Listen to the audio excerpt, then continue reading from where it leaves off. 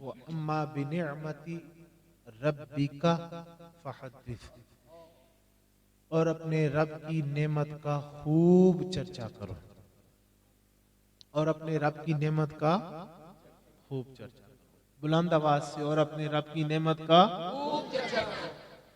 پتہ ہے کون سی نعمت کے لیے بیٹھے ہیں؟ پتہ ہے؟ پتہ ہے نا جی؟ تو نعمت کریم، نعمت عظما، فضل عظیم میرے اور آپ کے پیارے آقا صلی اللہ علیہ وسلم کی ذات کریم۔ میں نے صرف اتنی بات کرنی ہے کہ بعض احباب نے لکھا یہ چرچا کرنا بدعت حسنہ ہے، بعض نے لکھا یہ مستحب عمل ہے۔ یہ دونوں باتیں علمی طور پر غلط ہیں۔ میرا صرف اتنا سوال ہے، کلام مجید فرقان حمید میں، اللہ کے پاک قرآن میں جہاں بھی اقیم الصلاۃ کا حکم آیا تو آرڈر ہوا تو نماز پڑھی، زکوٰۃ کا حکم آیا زکوٰۃ ادا کی، فرض ہوگی، آرڈر آیا تو زکوٰۃ دی۔ اسی طرح جو جو عبادت ہے فرائض میں سے ہے یا ضروریات دین میں سے ہے، سب کا آرڈر قرآن میں موجود ہے، امر نازل ہوا تو ہم کر رہے ہیں، سر تسلیم خام میں اللہ جی مانتے ہیں۔ اب یہاں رک کے میں ایک عرض کرتا ہوں کہ میلاد شریف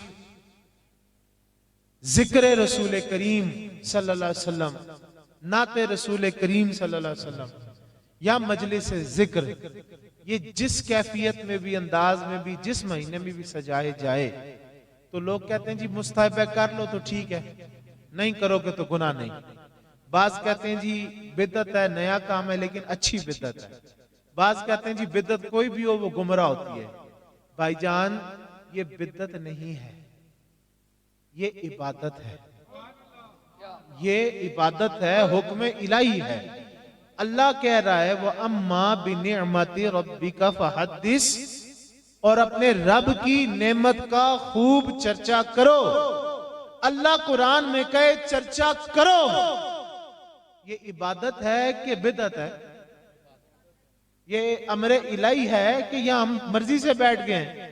اور پھر ایک جگہ نہیں ہے قُلْ بِفَضْلِ اللَّهِ وَبِرَحْمَتِهِ فَبِذَلِكَ فَلْيَفْرَحُوا، اللہ کے فضل اور رحمت ملے تو فَلْيَفْرَحُوا، خوشی مناؤ۔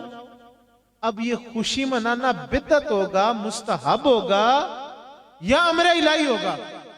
حکم الہی ہے تو ہر اللہ کے حکم کو ماننا عبادت ہے۔ اس لیے بعض جو ہمارے بھائی ہیں نا، ہمارے سارے بھائی ہیں جو بھی کہتے ہیں لا الہ الا اللہ محمد رسول اللہ، وہ ہمارے بھائی ہیں، تو ہم تو ان سے نفرت نہیں، پیار کرتے ہیں۔ تو میں صرف یہ سمجھانا چاہتا ہوں، بہت سے احباب کہتے ہیں جی یہ ملک عمیر نہیں ہے، یہ جتنے ساتھی بزرگ بیٹھے ہیں یہ انہوں نے سجائی، وہ کہتے ہیں جی یہ بچے ہیں نا جی اپنی مرضی کر رہے ہیں، خوشی منا رہے ہیں اور جشن منا رہے ہیں، جناب میلہ کیا ہوا ہے، تو ہمیں سنتی آواز آتی ہے کان میں۔ تو بھائی جان یہ میلہ نہیں ہے، یہ ہم جشن نام دے سکتے ہیں لیکن یہ اللہ تعالیٰ کی عبادت ہو رہی ہے۔ اس میں کوئی شک نہیں کہ بعض محافل میں شریعت سے ہٹ کر، شریعت کے دائرے سے باہر اگر کوئی کام کیا جائے تو اس کام پر ضرور اعتراض کیا جائے۔ کسی بندے نے نعت میں سریں لگاتے ہوئے شریعت کا خیال نہیں کیا، اشعار میں وہ تول کر، سوچ کر، سمجھ کر اس نے پیش نہیں کیا تو یہ بندے کی غلطی ہے، یہ بندے کا قصور ہے۔ یہ اس محفل میں ایک انفرادی شخص کی بات ہے، کل سب کو ایک پلڑے میں ڈال کر تول دینا اور ان پر حکم لگا دینا کسی قسم کی عقل نہیں ہے۔ یہاں یہ بیٹھے نا احسن ہمارا بھائی، سنو باادب طریقے سے، مستند استادوں سے سیکھے ہوئے، تو میں عرض کرنا چاہتا ہوں شریعت کے دائرے میں جو بھی آپ کام فَلْيَفْرَحُوا کے تحت، ٹھیک ہے جی، یہ خوشی منانے کے تحت، چرچا کرنے کے تحت جو بھی کام کریں گے یہ عبادت الہی کے زمرے میں ہے، اور اس میں آپ کا گزارا گیا ایک لمحہ بھی ضائع نہیں۔